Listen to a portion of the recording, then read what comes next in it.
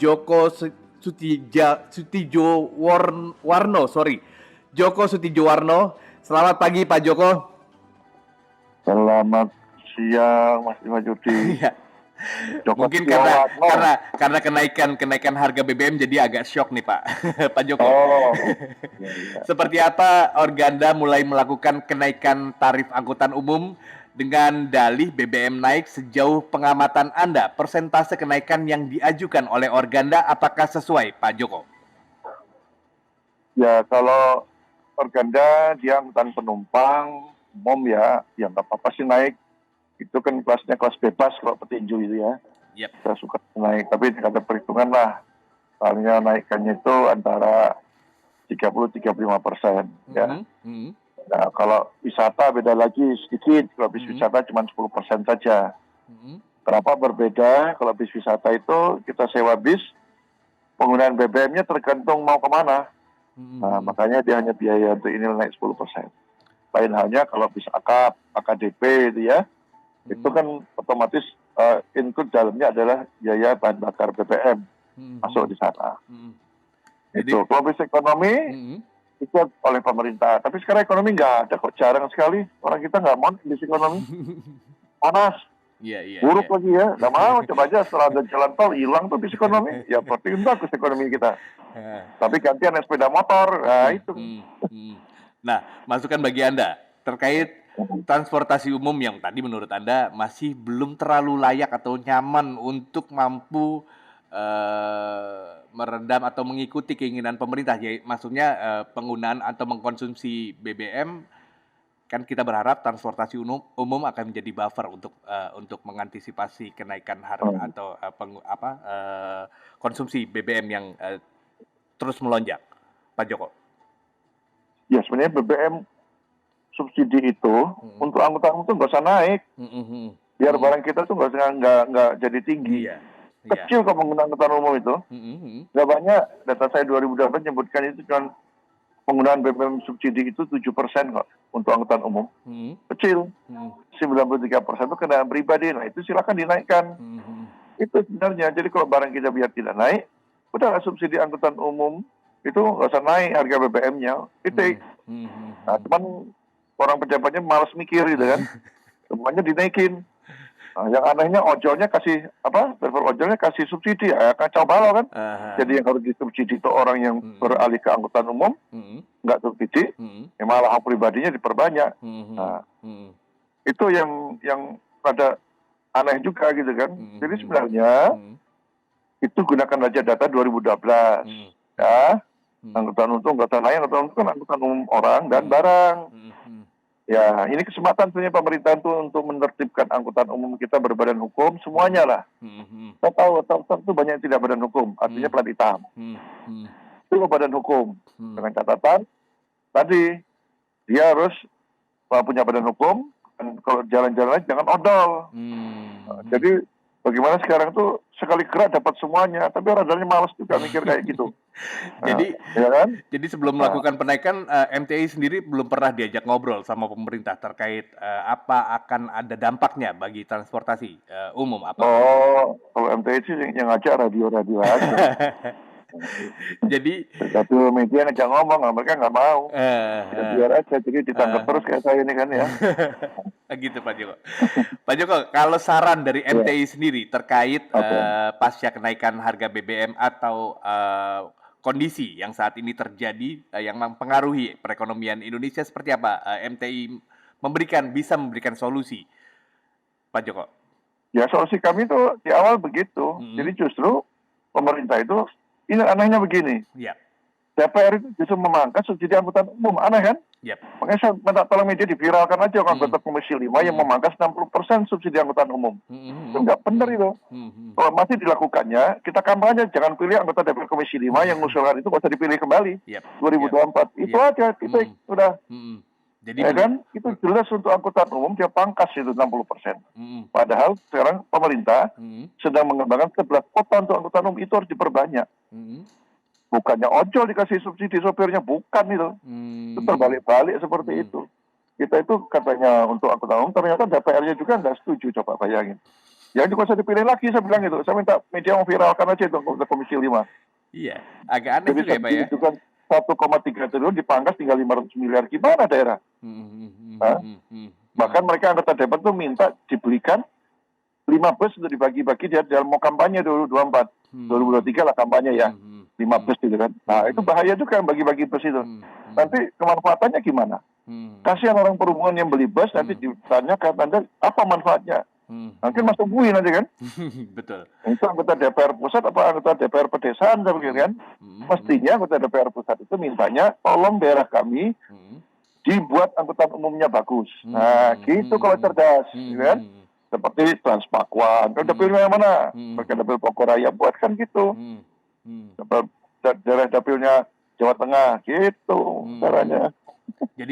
Jadi kenaikan harga BBM saat ini bisa dibilang sangat berpengaruh langsung terhadap transportasi umum ya, Pak Joko ya, karena bisa dibilang subsidinya. Kebetulan gini, angkutan umum kita tuh sudah habis. Angkutan pedesaan sudah punah. Punah, angkutan perkotaan tuh cuma beberapa kota tuh yang ada. Habis gitu. Bali itu kalau kita nggak dorong-dorong ada angkutan umum, malu negara Indonesia ke G20, bilangnya angkutan umum, ternyata Bali nggak ada. Oh, kami tidak dorong dari MTI, itu nggak bakal ada namanya Transmetro Dewata.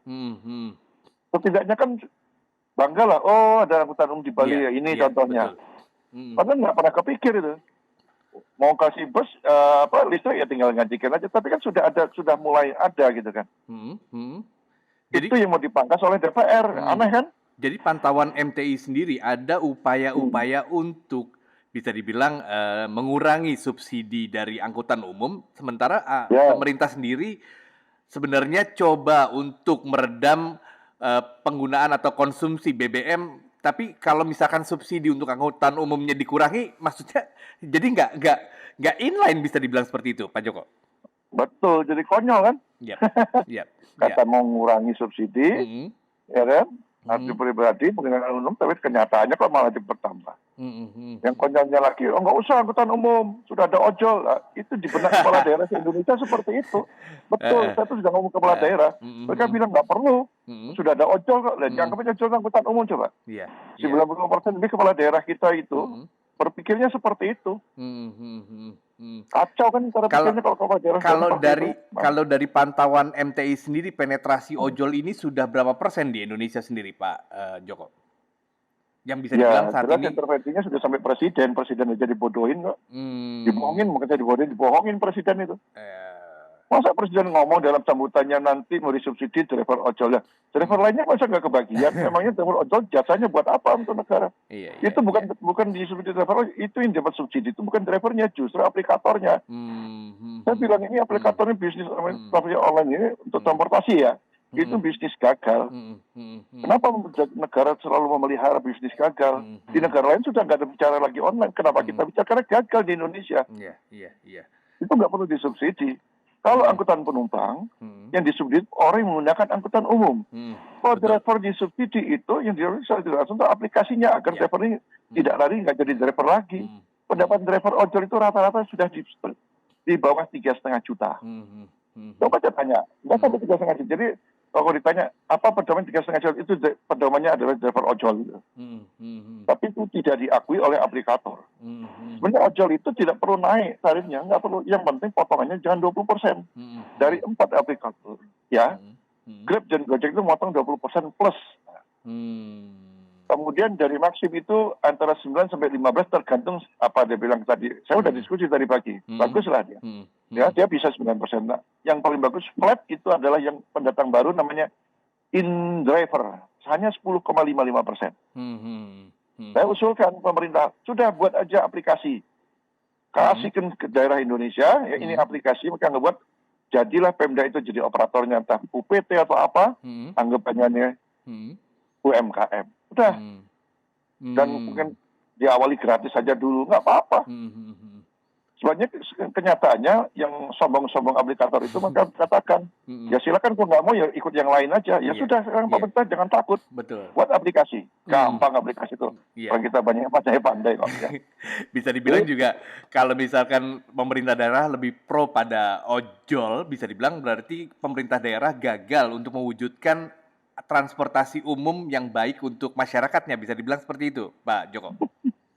Ya kan? Begini, karena mereka sudah saya juga menyalakan perhubungan.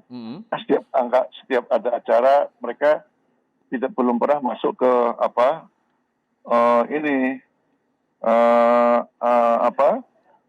apeksi umpamanya. Perhubungan bicara apa kepentingannya. Itu belum masuk ke sana masalahnya di situ. Jadi manajemen mereka sudah masuk, sudah merecoki pikiran kepala daerah se-Indonesia. Itu jadi sponsor acara lagi. Jadi benaknya kepala daerah Indonesia sudah dirasuki pikiran bahwa angkutan umum itu adalah ojol.